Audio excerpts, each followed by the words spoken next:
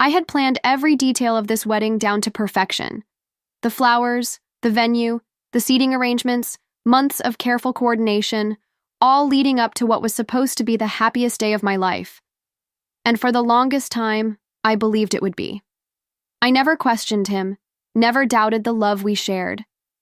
Until, in the most ordinary way possible, my entire world shifted. It was just a notification, a harmless little ping from his phone while he was in the shower. I wasn't the kind of person who snooped. I never had to. Trust was our foundation, or so I thought. But something about that previewed message made my stomach knot. "Can't wait to see you tonight." My hands froze mid-motion, my pulse quickening. Maybe it was a mistake, a wrong number, a misunderstanding. But I knew better, didn't I? A part of me already knew. Against every instinct screaming at me to stop, I swiped the screen. And there it was, dozens of messages, stretching back months. Plans, declarations, lies woven into my life so seamlessly that I almost laughed. Almost. The worst part wasn't even the betrayal itself. It was the ease of it, the confidence. He had never been careful because he had never thought he needed to be. He truly believed I would never question him, never leave him. I placed the phone back where I found it, my fingers strangely steady. No tears, no dramatic outburst, just a quiet, creeping clarity. I glanced at myself in the mirror across the room, searching for something. Pain, anger, devastation. But all I found was certainty. The wedding wasn't happening. Not in rage, not in heartbreak. Just done. I didn't say a word when he stepped out of the shower, rubbing his hair with a towel, flashing me that easy, practiced smile. The same smile that had once made me feel safe, adored. Now, it was just another lie. I watched him move around the room, completely unaware that his carefully constructed facade had already crumbled. If he noticed anything different about me, he didn't show it. Or maybe he had convinced himself that I'd never be the type to walk away.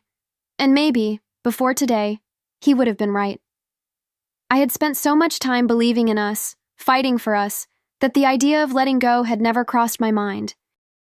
But standing there, in that room filled with wedding invitations and bridal magazines, I realized something. I didn't owe him a confrontation. I didn't owe him the courtesy of an argument or the satisfaction of watching me break. He wasn't worth the performance. Instead, I went about my day.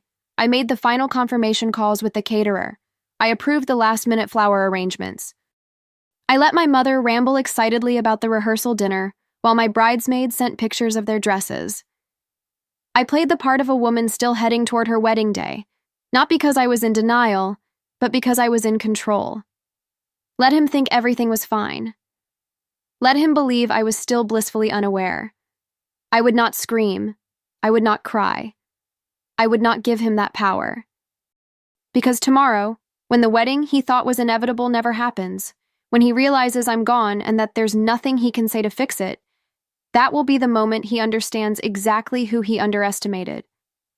That night, I lay in bed beside him, staring at the ceiling, listening to the slow, steady rhythm of his breathing. He slept so easily, so peacefully, as if nothing in his world was out of place, as if he hadn't spent months lying to me, slipping away into someone else's arms. The arrogance of it almost made me laugh. He had no idea that by morning, everything he took for granted would be gone. I turned onto my side, watching the way the moonlight traced the familiar contours of his face. For years, I had loved this man.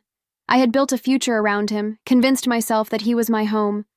But now, in the quiet darkness, I felt nothing. No anger, no sorrow, just a strange, exhilarating weightlessness, like taking a deep breath after holding it for too long. The moment I found those messages, something inside me had unlatched, and now I was free. I thought about waking him up, thought about whispering, I know, thought about watching the panic set in, the scrambling for excuses, the desperate attempt to rewrite the truth. But no, that would give him too much importance. He wasn't worth my rage. He wasn't worth my time. Let him sleep, blissfully unaware. By the time he opened his eyes, I would already be gone, and there would be no dramatic confrontation, no closure wrapped in a bow. I closed my eyes, feeling the tension drain from my body. Tomorrow, everything would change. The wedding was off. My life, was finally mine again. And the best part? He wouldn't see it coming. Morning came, crisp and indifferent. Sunlight filtered through the curtains, stretching across the bed like it had on any other day. But today wasn't like any other day.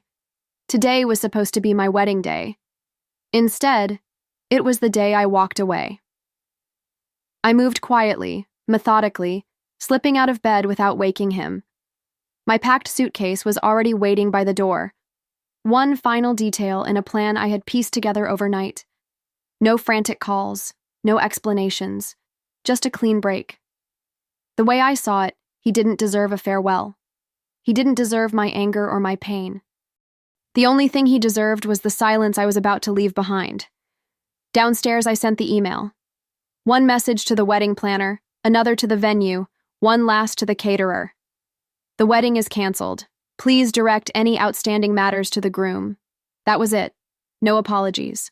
No long-winded justifications. Let him figure it out. Let him pick up the pieces of the mess he never thought he'd have to clean. My phone buzzed. Calls from my mother. Texts from friends. The world was waking up, expecting a celebration, expecting a bride. But I wasn't that bride anymore. I stepped outside, inhaling the cool morning air. Freedom smelled like coffee and wet pavement. It smelled like fresh possibility. And as I walked toward the waiting car, leaving behind the life I almost settled for, I felt lighter than I had in years. I was halfway to the airport when the calls really started. His name flashing across the screen, over and over, desperate now. I imagined him waking up to an empty bed, his first few moments of confusion before the realization set in. The missing suitcase, the cold silence, the emails waiting in his inbox. I wondered how long it took before panic replaced denial. I didn't pick up. Let him sweat. Let him pace the room, replaying every moment, trying to figure out when he lost control. He'd call my mother next, then my friends. He'd beg for answers, spin his own version of events. She must have gotten cold feet, she's overwhelmed, she'll come around. He didn't know yet that there was no coming back from this. Outside the car window, the city blurred past, people going about their lives, unaware that mine had just taken the sharpest turn imaginable. And yet, I wasn't afraid. The old me, the one who would have been paralyzed by fear, drowning in shame, worrying about how this would look to everyone else, she was gone. This wasn't running away. This was reclaiming something that had been slipping through my fingers for years. Myself. At a red light, I glanced down at my engagement ring, a stunning, glittering reminder of the man I had once trusted. Without hesitation, I slid it off and placed it on the empty seat beside me. It didn't belong on my hand anymore. I wasn't his. I never really had been. Not in the way I deserved. By the time I reached the airport, the weight of what I had done should have hit me. Maybe I should have felt guilt, regret, or even the sting of sadness for the life I had so easily abandoned. But all I felt was certainty. A deep, resounding certainty that this was the only choice I could have made. I walked through the terminal, past families, honeymooners, and business travelers rushing to their gates. No one looked at me twice. I was just another person moving forward, carrying nothing but a single suitcase and a quiet kind of defiance. My phone vibrated again, his name, persistent, pleading. I let it ring. Then, without hesitation, I blocked his number. At the check-in counter, the airline agent smiled warmly. "Traveling alone today?" she asked, her fingers poised over the keyboard. I nodded. "Yes," I said, feeling the truth of that word settle in my bones. Alone. And for the first time in years, that didn't scare me. She printed my boarding pass, sliding it across the counter. "Enjoy your trip." I took it, gripping the paper like a ticket to something bigger than a destination. This wasn't just a trip. This was the beginning of something new, something that belonged only to me. I turned toward security, stepping forward without looking back. The plane hummed beneath me as I stared out the window, watching the city shrink below. I should have felt strange sitting here alone, heading toward a honeymoon without a groom. But the truth was, I had never felt lighter. No suffocating expectations, no forced smiles, no pretending. Just me, a passport, and a one-way ticket to the kind of freedom I hadn't realized I was craving. The flight attendant came by, offering champagne to the newlyweds around me. I hesitated for only a second before nodding. Yes, please. She handed me a glass, tilting her head slightly. Celebrating something? I took a sip, the bubbles crisp and cool against my lips. Yeah, I said, leaning back into my seat. Something like that. Because why shouldn't I celebrate? I had just saved myself from a lifetime of betrayal, from a man who never deserved me. I had rewritten my own story in the 11th hour, and now I was heading somewhere breathtaking, somewhere new. The idea of it sent a thrill through me. For the first time in forever, I didn't have to consider anyone else's needs, anyone else's desires. Every moment of this trip would be mine. I glanced at my phone, scrolling past unopened messages, all from people demanding explanations. My mother, friends, even a few from his number, pathetic, scrambling attempts to regain control. I exhaled slowly, then powered my phone off. I didn't owe anyone a damn thing. The moment I stepped off the plane, the warm air wrapped around me like a quiet promise. The airport was buzzing, couples holding hands, families wrangling luggage, sun-kissed travelers moving with ease. I walked through it all, untethered, anonymous, free. The driver held a sign with my name on it. "Welcome, miss," he said with a polite nod as he took my suitcase. I slid into the back seat, watching the city unfold as we drove. Palm trees, sparkling water, the soft hum of life moving at an unhurried pace. This was supposed to be our honeymoon destination.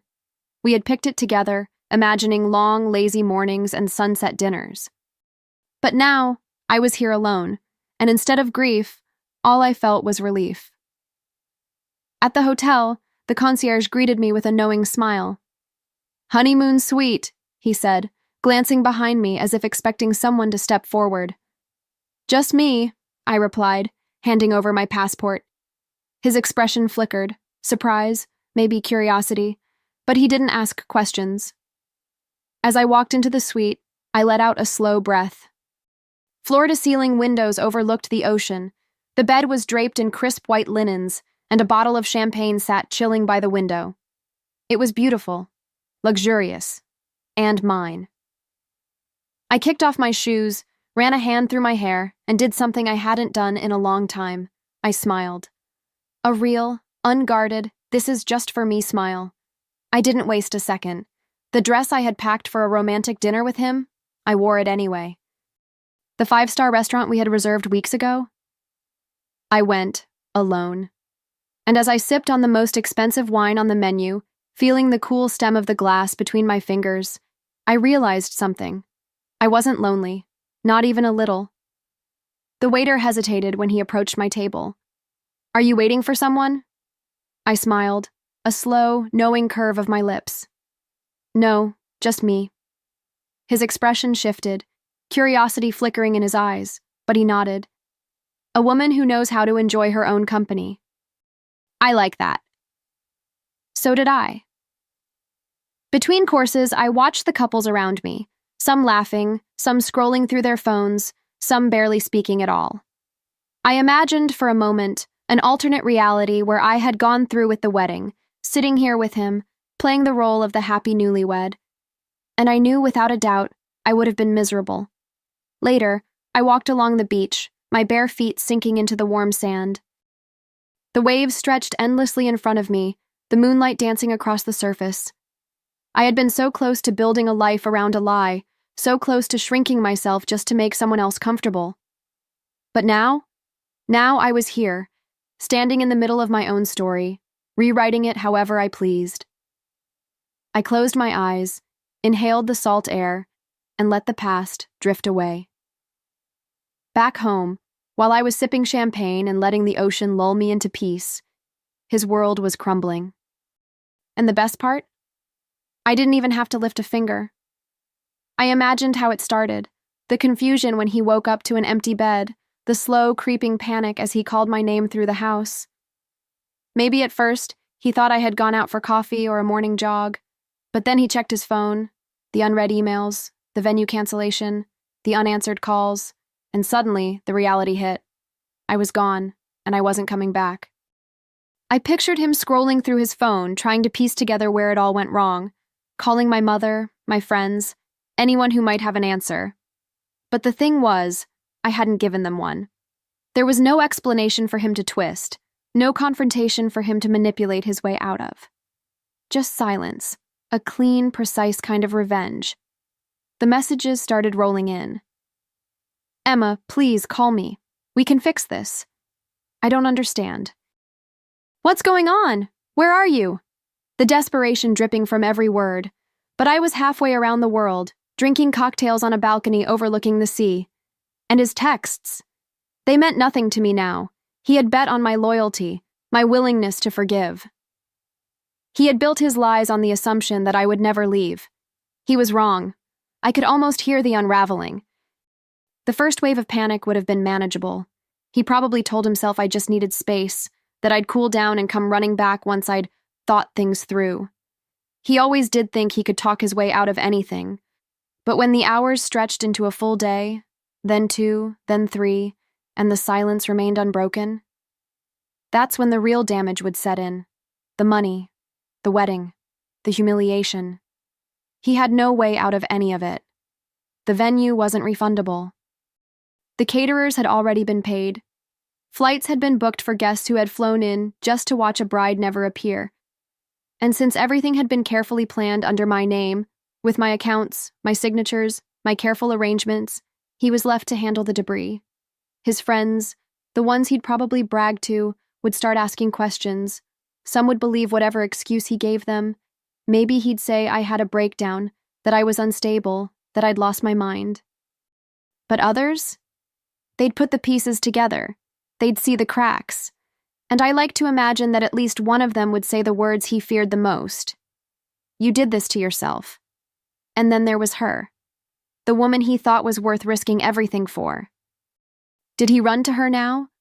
Did he expect her to fill the space I left behind? Or was she already pulling away, realizing that without me, without my stability, my patience, my blind devotion, he was nothing but a disaster waiting to happen? Maybe by now, he was sitting alone in the mess he created, staring at his phone, waiting for a call that would never come. At some point, he must have realized it, really, truly realized it, that there was no fixing this. No grand speech, no half-hearted apology, no well-rehearsed excuse would ever be enough. The old me, the one who would have sat across from him, waiting for an explanation, hoping for a reason to stay, she was gone. I imagined the moment it hit him, the weight of it pressing down, the finality of what he lost. Did he throw something in frustration? Did he bury his face in his hands? Did he stare at his phone, scrolling through our old messages, looking for the exact moment he lost control? The calls kept coming, but they no longer held urgency. They became spaced out, weaker, like he was slowly accepting the truth. He must have gone through every stage: panic, denial, anger, desperation. And now, there was nothing left for him but regret. I had a choice. I could let him rot in the uncertainty, or I could give him one final message, one final nail in the coffin. I picked up my phone, considered for a moment, then typed, "You threw this away. Not me." And then, without hesitation, I blocked him. His number, his email. Every trace of him, erased. It was done. For real this time. He could sit in his ruin while I built something better. There was no rush to go home. No one waiting for me, no obligations pulling me back. For the first time in years, my life wasn't dictated by someone else's needs. So, instead of returning to the place where everything had fallen apart, I extended my trip. A few more nights, a few more stolen moments of peace. Because why not? Mornings were slow, filled with coffee on the balcony and long walks along the beach. Afternoons were indulgent. Massages, unfamiliar flavors, sun warming my skin as I let myself just be. At first I thought the solitude would be too loud, that my thoughts would spiral and drag me back into the past, but they didn't. Each day that passed, he felt more like a distant shadow, something that once loomed over me but no longer had any weight. One evening, I found myself in a quiet bar, sipping on a cocktail that tasted like citrus and possibility. A man sat a few stools away, catching my eye with a half smile. He was handsome, but that wasn't what made me pause. It was the fact that, for the first time in a long time, I felt no rush to be anything for anyone. No pressure to impress, no urge to prove my worth. I wasn't looking for a replacement. I wasn't looking for anything at all. And that was the real victory, wasn't it? Not revenge, not his downfall, just this. The certainty that I was enough, all on my own. The days blurred into something soft and golden, a rhythm I didn't have to fight against. No schedule, no expectations, just movement when I wanted it and stillness when I needed it. I read books without checking the time, swam until my muscles ached, took afternoon naps with the windows open so the sea breeze could drift in. Every now and then, my thoughts would wander back to him, not in longing, not in anger, just in quiet realization. How small he seemed now, how insignificant. There was a time when I thought loving him defined me, when I believed that our future was the only future. But here I was, in a place we had planned to experience together, living it better without him. One afternoon, I booked a boat tour along the coast. As the yacht cut through the waves, I stood at the railing, watching the horizon stretch endlessly ahead. Somewhere in the distance, dolphins broke through the surface, moving freely, weightlessly, without hesitation. I closed my eyes, inhaled deeply, and felt something shift inside me, something unshackling, something settling. I wasn't running anymore. I wasn't escaping. I was simply here, existing, belonging fully to myself. When I opened my eyes, I smiled, because for the first time in as long as I could remember, the future didn't scare me. On my last morning, I woke early, before the sun had fully risen. The air was cool, the ocean quiet, as if the world itself was holding its breath. I stepped onto the balcony with a cup of coffee, wrapping my hands around the warmth, letting the moment sink in. This was it, the ending or maybe the beginning. I had come here as a runaway bride, a woman escaping a life that had almost trapped her. But I wasn't escaping anymore. I had rewritten the story. I wasn't the girl who had been left or the woman scorned. I was simply me, whole, untethered, free. Before heading to the airport, I did one last thing. I scrolled through my phone, past the missed calls, past the unopened messages, until I found what I was looking for. Our last photo together. The final relic of the life I almost chose. I stared at it for a moment, searching for something. Pain, regret, nostalgia. But there was nothing. Just a stranger beside a woman who no longer existed. With one tap, I deleted it. No hesitation. No second guessing. As I wheeled my suitcase through the lobby, the concierge smiled. "Leaving so soon?" "Not really," I said, returning the smile. "Just going somewhere new." And with that, I stepped forward, toward a future that was mine and mine alone.